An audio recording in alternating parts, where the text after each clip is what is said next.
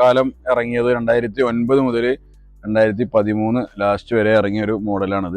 ഇത് 4 സിലിണ്ടറിൽ വരുന്ന E200 പെട്രോൾ ഓട്ടോമാറ്റിക് സൺറൂഫ് ഒക്കെ വരുന്ന. പിന്നെ ടയർ ഭാഗങ്ങളൊക്കെ നോക്കുകയാണെങ്കിൽ ഒരു 85% നല്ല കട്ടുള്ള ടയർ വരുമ്പോൾ ഇവിടെ E200 എന്ന് പറഞ്ഞ ബാഡ്ജിങ് കൂടെ ഒരുപാട് ഫീച്ചേഴ്സ് വരുന്ന വാഹനമാണ്. എല്ലാവരുടെ സ്വിച്ച് ഇവിടെയാണ്. കാര്യങ്ങളൊന്നും ഒരു പൊട്ടോ സ്ക്രാച്ചോ ഒരു ക്വാളിറ്റി കുറവൊന്നുമില്ല. നല്ല പേർക്ക് അത്യാവശ്യം കുഴപ്പമില്ലാത്ത രീതിയിലും നമുക്ക് യാത്ര ചെയ്യാൻ പറ്റുന്നത്. Seat belt. Hi friends, Razi കാർസിന്റെ പുതിയൊരു വീഡിയോയിലേക്ക് സ്വാഗതം. ഇന്ന് നമ്മൾ കൊണ്ടുവന്നിട്ടുള്ളത് മെഴ്സിഡീസ് ബെൻസിന്റെ ഈ ക്ലാസ് ആണ്. ഈ ക്ലാസ്സിൽ തന്നെ 200 എന്ന് പറഞ്ഞൊരു വെർഷൻ ഒരുപാട് കാലം ഇറങ്ങിയത് 2009 മുതൽ 2013 ലാസ്റ്റ് വരെ ഇറങ്ങിയ ഒരു മോഡലാണത്. ഇത് ഒരുപാട് വണ്ടി സെയിൽ ചെയ്തിട്ടുള്ളതാണ് മെഴ്സിഡീസ് ബെൻസിന്റെ ഈ സെഗ്മെന്റിൽ. ഇത് വരുന്ന E200 ആണ്. അതിൽ E200, E250, E350, E220 ഇങ്ങനെ ഒരുപാട് വെർഷൻ വന്നിട്ട് ഡീസലും പെട്രോളും ഒക്കെ ആയിട്ട്. ഇത് 4 സിലിണ്ടറിൽ വരുന്ന E200 പെട്രോൾ ഓട്ടോമാറ്റിക് സൺറൂഫ് ഒക്കെ വരുന്ന ഒരു വാഹനമാണ്. Well maintained, clean and neat. Second ഓണർഷിപ്പിൽ വരുന്നതാണ്. ഗ്ലാസ് റീപ്ലേസ്മെന്റോ കാര്യങ്ങളൊന്നും ഇല്ലാത്തൊരു വാഹനമാണ്. വെൽ മെയിൻറ്റൈൻഡ് ആണ്, നല്ല സ്മൂത്ത് ആണ്. പെട്രോൾ ആയതുകൊണ്ട് ഒന്നും കൂടി സ്മൂത്ത് ആയിരിക്കും ഡീസലിലേറെ. അത്രയും വെൽ മെയിൻറ്റൈൻഡ്. ടയറൊക്കെ നല്ല അത്യാവശ്യം ഒക്കെ ഉണ്ട്.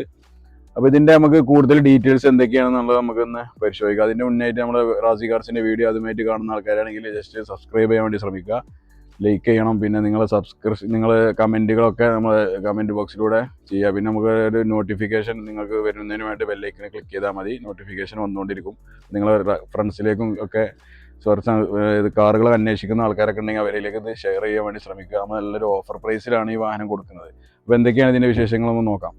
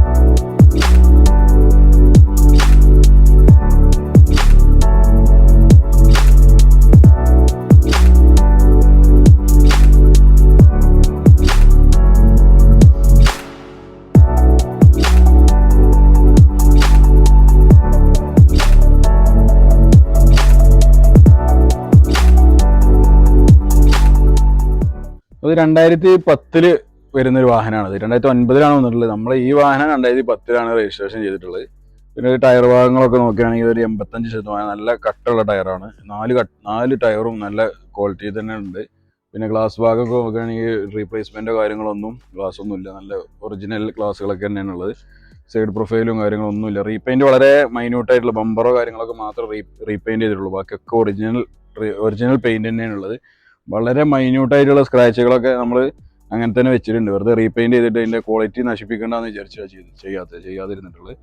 പിന്നെ നമ്മൾ ഈ സൈഡ് പ്രൊഫൈലിലേക്കൊക്കെ വരുമ്പോൾ ഇവിടെ E200 എന്ന് പറഞ്ഞ ബാഡ്ജിങ് കൊടുത്തിട്ടുണ്ട്. എംബ്ലം CJ എന്ന് പറഞ്ഞ പെട്രോളിനെ സൂചിപ്പിക്കുന്നതാണ്. പിന്നെ നമ്മൾ നേരത്തെ വണ്ടികളൊക്കെ കാണിച്ച പോലെ തന്നെ ഇതിൽ ഇവിടെ മെഴ്സിഡീസിൻ്റെ ഒരു എംബ്ലം ഉണ്ടോ, ഇത് ഒറിജിനൽ എന്ന് തെളിയിക്കുന്നതിന് വേണ്ടിയിട്ടുള്ളൊരു എംബ്ലമാണിത്. ഇത് ഒറിജിനൽ, അതൊന്നും വേറെ റീപ്ലേസ്മെൻറ്റോ കാര്യങ്ങളൊന്നും ഇല്ല എന്നാണ് അതിനർത്ഥം. ഇവിടെയും നമ്മളത് ചെയ്തിട്ടുണ്ട്. നമ്മൾ വേറൊരു വീഡിയോയിൽ ഇതിൻ്റെ റീപ്ലേസ്മെൻറ്റിനെ കുറിച്ചൊക്കെ സംസാരിക്കുന്ന ഒരു വീഡിയോ നമ്മൾ ഇറക്കാൻ പോകുന്നുണ്ട്. അപ്പോൾ അതിലൊക്കെ ഇതിൻ്റെ കൂടുതൽ ഡീറ്റെയിൽസുകൾ പറയാം. ഇതൊക്കെ ഒറിജിനൽ ക്ലാസ്സുകളാണെന്ന് ഒന്ന് റിമൈൻഡ് ചെയ്യാൻ വേണ്ടിയിട്ട് നമ്മൾ കാണിച്ചതാണ്. അങ്ങനെ മൊത്തത്തിൽ നോക്കുമ്പോൾ വണ്ടി നല്ല സിൽവർ കളറാണ്, വെൽ മെയിൻറ്റൈൻഡ് ആണ്. റീപ്ലേസ്മെൻറ്റും ഇല്ല. പിന്നെ സ്ക്രാച്ചസ് മൈന്യൂട്ടായിട്ടുള്ള ചെറിയ സ്ക്രാച്ചസ് ഉണ്ട്. 2010 വണ്ടിയല്ലേ, അപ്പോൾ അതിനനുസരിച്ചുള്ള ഇതൊക്കെ ഉണ്ടാവും. പക്ഷേ ഉള്ളത് ഒറിജിനലിൽ തന്നെ നമ്മൾ കീപ്പ് ചെയ്തിട്ടുണ്ട്. ബമ്പർ മാത്രമേ നമ്മൾ റീപെയിൻറ്റ് ചെയ്യേണ്ടി വന്നിട്ടുള്ളൂ. ഓക്കെ, അപ്പോൾ ഇതിന് ഇന്റീരിയർ എന്തൊക്കെയാണ് നമുക്ക് നോക്കാം. ഇന്റീരിയർ പരിശോധിക്കുമ്പോൾ കണ്ടാൽ തന്നെ അറിയാം, വെൽ മെയിൻറ്റൈൻഡ് ആണ്. ഇതിൻ്റെ ഇത് വുഡൻ പാനലൊക്കെ വരുന്നത്. വുഡൻ പാനലൊക്കെ അതുപോലെ തന്നെ ഒരു പുതിയ വണ്ടി എടുക്കുന്ന പോലെ തന്നെ കാണിക്കുന്നുണ്ട്. പിന്നെ ഇതിൻ്റെ കിലോമീറ്റർ ആണ് ഏറ്റവും അട്രാക്ഷൻ. 53,000 കിലോമീറ്റർ ഓടിയൊരു വാഹനമാണ്. അത്രയും കുറഞ്ഞ കിലോമീറ്റർ ഓടിയിട്ടുള്ളൂ. അത് നമുക്ക് ഇതിൻ്റെ എല്ലാ ഇൻറ്റീരിയർ ഭാഗങ്ങളും കണ്ടാൽ തന്നെ നമുക്കിത് അറിയാനും പറ്റും. പിന്നെ ഇതിനോട് ഒരുപാട് ഫീച്ചേഴ്സ് വരുന്ന വാഹനമാണ്. ഹെഡ്ലൈറ്റിൻ്റെ സ്വിച്ച് ഇവിടെയാണ് വരുന്നത്, AC വെൻറ്റ് കാര്യങ്ങൾ, കീ ഇടുന്ന ഒരു പോർട്ട് ഇവിടെയാണ്, പിന്നെ പാർക്ക് ഹാൻഡ് ബ്രേക്ക് റിലീസ് ചെയ്യുന്നത് ഇവിടെയാണ്. ഇവിടെ ചവിട്ടിയിട്ട് നമ്മൾ ഒരുപാട് വീഡിയോകളിൽ പറഞ്ഞതാണത്, ചവിട്ടി റിലീസ് ചെയ്യുന്നതാണ് ഇവിടെ. പിന്നെ സ്റ്റിയറിംഗ് കൺട്രോൾ ഇലക്ട്രോണിക് ആണ്, ഇങ്ങനെ പൊക്കുക താത്തൊക്കെ ചെയ്യാം നമുക്ക്. മുന്നോട്ടും ടെലിസ്കോപ്പിക് ആയിട്ടും 4 പൊസിഷനിൽ നമുക്കിത് ചെയ്യാൻ പറ്റുന്നതാണ്.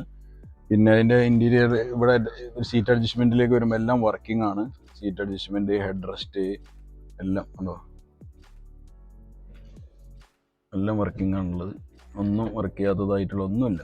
2010 ചോദിച്ചിട്ട് ഇത് നമുക്ക് കണ്ടു കഴിഞ്ഞാൽ 2010 തോന്നത്തില്ല, അത്രയും ക്വാളിറ്റിയിലാണ് വണ്ടി മെയിൻറ്റെയിൻ ചെയ്തിട്ടുള്ളത് മുന്നത്തെ കസ്റ്റമർ.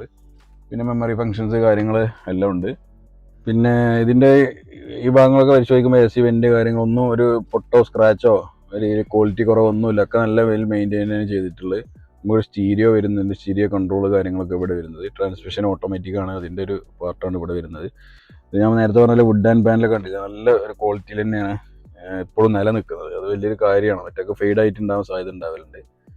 ഇതൊക്കെയാണ് ഇവിടുത്തെ മൊത്തം സീറ്റും കാര്യങ്ങളൊക്കെ നല്ല ബ്ലാക്ക് കളറിൽ തന്നെ നല്ല രീതിയിൽ ഉപയോഗിച്ചതായിട്ടാണ് കാണുന്നത്. പിന്നെ നമുക്ക് മേലോട്ട് വന്ന സൺറൂഫ് കഴിഞ്ഞാൽ സൺറൂഫ് കാര്യങ്ങളൊക്കെ കറക്റ്റ് പക്ക വർക്കിംഗ് ആണ്. ഒറ്റ സ്വിച്ചിൽ തന്നെ ഓപ്പണിങ്ങും ക്ലോസിങ്ങും ഒക്കെ എല്ലാം വളരെ ഇതിൽ തന്നെ സ്മൂത്തായിട്ട് വർക്കിംഗ് ആണ്. സൺറൂഫും മൊത്തം നല്ല ക്വാളിറ്റിയിൽ തന്നെയാണ് മെയിൻറ്റെയിൻ ചെയ്തിട്ടുള്ളത്.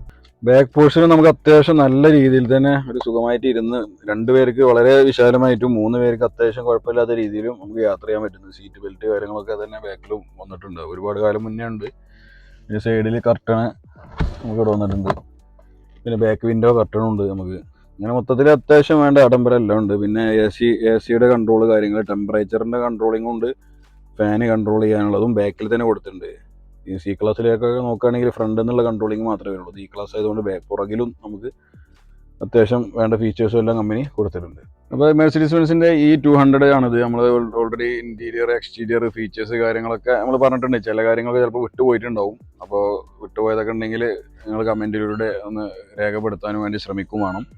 അപ്പോൾ ഇത് നമ്മൾ ഒന്നുകൂടി ഡീറ്റെയിൽസ് പറയാം. 2010 രജിസ്ട്രേഷൻ വരുന്ന ഈ 200 CGI പെട്രോൾ വാഹനമാണ്. ഓട്ടോമാറ്റിക് ട്രാൻസ്മിഷൻ വരുന്ന, സൺറൂഫ് വരുന്നതാണ്, സെക്കൻഡ് ഓണർഷിപ്പിലുള്ള, ഗ്ലാസ് ഒന്നും റീപ്ലേസ്മെൻറ്റ് ഇല്ലാത്തൊരു വാഹനം കൂടിയാണത്. അത് വെൽ മെയിൻറ്റെയിൻഡ് ആണ്. ഇതിന് നമ്മൾ NOCയിലാണ് പ്രൈസ് ഉദ്ദേശിക്കുന്നത്. ഒരു ഓഫർ പ്രൈസാണ് നമ്മൾ ഉദ്ദേശിക്കുന്നത്. 6,75,000 രൂപക്ക് നമുക്ക് ഇത് കൊടുക്കാൻ കഴിയും.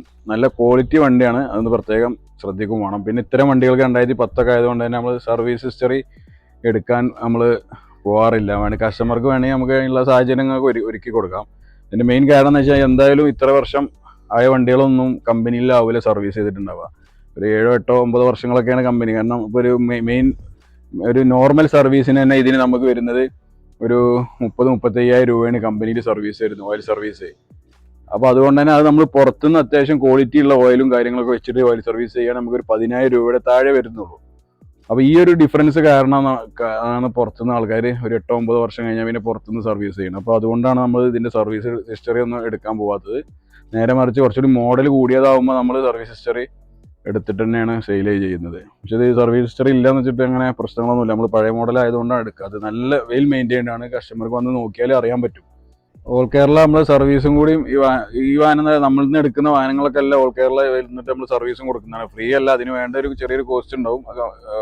അത് കസ്റ്റമർ അറിയാവുന്നതാണ്. നമ്മൾ ഇവിടുന്ന് വരെ വന്നിട്ട് ചെയ്യാനും നമ്മളെ ടീം റെഡിയാണ്. അതിൻ്റെ ടീം തന്നെ നമുക്ക് ഉണ്ടാക്കി വെച്ചിട്ടുണ്ട്. അപ്പോൾ ഇത്രയാണ് ഇതിൻ്റെ ഡീറ്റെയിൽസ്. പിന്നെ ഇതിൻ്റെ മെയിൻ ഒരു പോയിന്റ് ആണ് 53,000 കിലോമീറ്റർ ആണ് വണ്ടി ആകെ ഓടിയിട്ടുള്ളത്. ഇൻറ്റീരിയറും കണ്ടാലും നമുക്ക് അറിയാൻ പറ്റുന്നതാണ്. അപ്പോൾ ഇതിൻ്റെ നമ്മൾ പ്രതീക്ഷിക്കുന്ന വില നമ്മൾ ഓൾറെഡി പറഞ്ഞു കഴിഞ്ഞു. NOCയിലാണ് 6,75,000 ആണ്. ഒരു ഓഫർ പ്രൈസാണ്. എന്തെങ്കിലും ചെറിയ നെഗോസിയേഷനൊക്കെ നമുക്ക് ചെയ്യാൻ പറ്റും. ഇത് കേരളത്തിലേക്ക് റീ രജിസ്ട്രേഷൻ ചെയ്യാൻ നമുക്ക് 1 ലക്ഷം രൂപയുടെ താഴെ, ഒരു 70,000-60,000 രൂപയുടെ ഉള്ളിൽ നമുക്ക് റീ രജിസ്ട്രേഷന് കോസ്റ്റ് വരുന്നുള്ളൂ. അതും ഇതിൻ്റെ ഒരു പ്രത്യേകതയാണ്. അപ്പോൾ നമുക്ക് രജിസ്ട്രേഷൻ കഴിച്ചിട്ടാണെങ്കിലും ഒരു 7.5 ലക്ഷത്തിനുള്ളിൽ നമുക്ക് വീട്ടിലൊരു മെർസിഡീസ് ബെൻസ് കേരള രജിസ്ട്രേഷൻ കിടക്കും. അപ്പോൾ അതാണ് ഇതിൻ്റെ കാര്യം. പിന്നെ പെട്രോൾ ആയതുകൊണ്ട് തന്നെ ഒരു മൈലേജ് 4 സിലിണ്ടർ ആണ്. അത്യാവശ്യം മൈലേജും കിട്ടും. ഒരു 12 കിലോമീറ്റർ വരെ പെർ ലിറ്റർ നമുക്ക് മൈലേജും ഇതിന് ലഭിക്കും. അപ്പോൾ അത്യാവശ്യം കുഴപ്പമില്ലാത്തൊരു ഫാമിലിക്ക് വരെ നമുക്കത് യൂസ് ചെയ്യാനും പറ്റും. പിന്നെ മെയിൻ്റെനൻസ് പെട്രോൾ ആയതുകൊണ്ട് വളരെ കുറവാണ്. വണ്ടി എത്രയും വെൽ മെയിൻറ്റെയിൻഡ് ആണ്. കസ്റ്റമർക്ക് ഇവിടെ വന്നിട്ട് എവിടെയും കൊണ്ടുപോയി ചെക്ക് ചെയ്യാനുള്ള സംവിധാനങ്ങളും അത് നമ്മൾ അവൈലബിൾ ആക്കുന്നുണ്ട്.